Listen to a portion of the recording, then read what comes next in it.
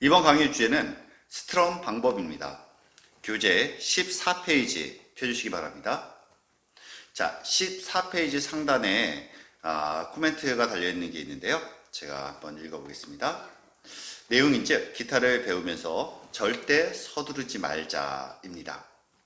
기타라는 악기가 우리에게 친숙한 악기이긴 하지만 무언가를 배운다는 것은 생각보다 그렇게 쉽지는 않습니다. 하지만 어떤 어려운 주제라도 꾸준히 연습하다 보면 반드시 그 결과를 보게 됩니다. 남들이 얼마나 빨리 가든 우리는 한 발 한 발 앞으로 디디면 됩니다. 중요한 건 얼마나 빨리 가느냐가 아니라 어제보다 한 발 더 나아가느냐, 그렇지 않느냐입니다. 잊지 말아야 할 중요한 사실은 연습을 해야 어제보다 한 발 더 나아갈 수 있다는 것입니다. 네, 연습 조금씩 하면서 우리 익숙함의 단계로 나아가는 이야기고요. 자, 스트럼 방법에 대해서 진행하도록 하겠습니다. 스트럼은 손 또는 피크를 이용해서 기타줄을 아래서 위 또는 위에서 아래로 빠르게 또는 천천히 긁는 행위를 말합니다. 스트럼하는 행위는 크게 손으로 하는 방식과 피크, 플라스틱 쪼가리 있죠? 이런 거. 피크를 이용해서 하는 방식 두 가지가 있는데요. 저희는 두 가지 전부 다 익숙하게 되도록 연습을 할 겁니다. 왜냐하면 저희는 손으로도 잘 쳐야만 되고 피크로도 잘 연주할 수 있어야 됩니다. 우선 손 스트럼에 대해서 배워보도록 하겠습니다.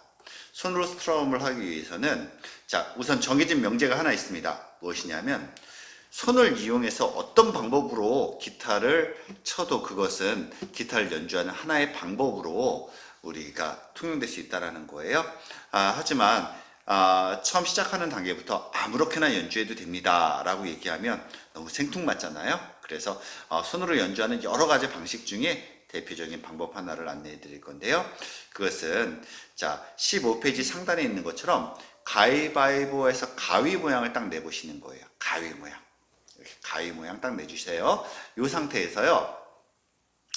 가위 딱 하면 손에 힘이 잔뜩 들어가 있는 상태일 텐데 이때 오른손의 힘을 조금 살짝 탁 풀어주실게요. 자, 이렇게 딱 해서 살짝 이렇게 풀어주신 거예요.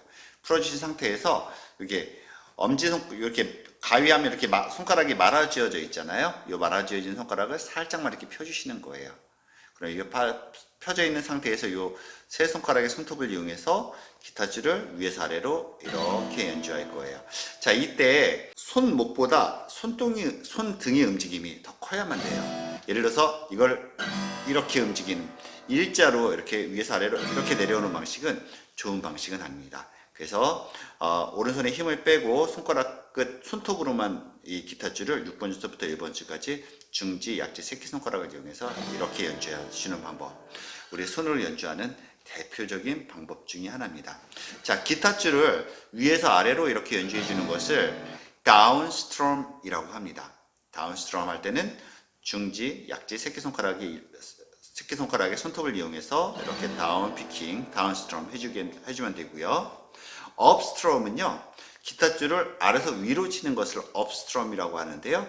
자, 업스트럼을 할 때는 엄지손가락의 손톱을 이용해서 해줄 거예요. 그러면 다음부터 하면 이렇게 진행할 거고, 업스트럼은 엄지손가락의 손톱을 이용해서 이렇게 긁고 올라갈 겁니다. 6줄 전체를 쳐주는 게 원칙이에요. 그러면 다운, 업, 다운, 업. 자, 측면에서 보게 되면 이렇게 되겠죠. 다운, 업, 다운, 업. 이와 같이 연주를 할 겁니다.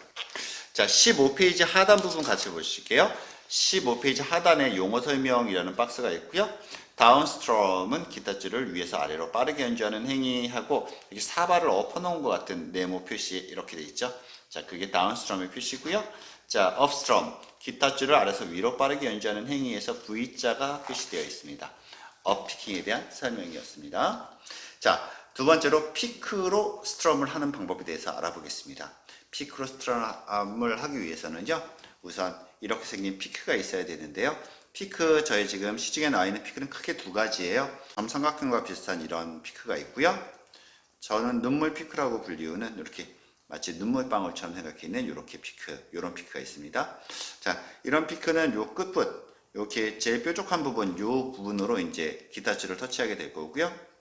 자, 정삼각형하고 비슷하게 생긴 이 피크는 세 꼭지점이 전부 다 피킹을 하는데, 즉 피킹이라 이제 스트럼을 하는 행위를 피킹이라고 한단 말이죠. 피킹 할 수 있는 부분입니다.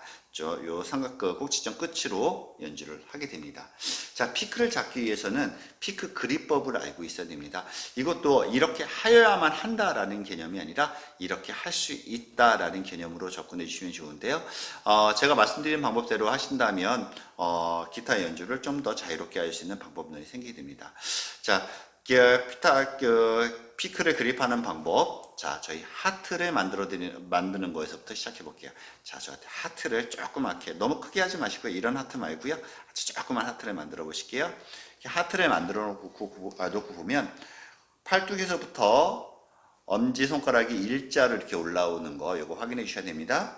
그리고 하트 만들어 놓고 보면 검지손가락과 엄지손가락이 나름 더하기 표시, 어떤 분들은 십자가 모양이라고 표현하기도 하는데요. 자, 엄지하고 검지가 더하기 모양처럼 이렇게 크로스가 되는 거 확인해 줄 수 있으세요.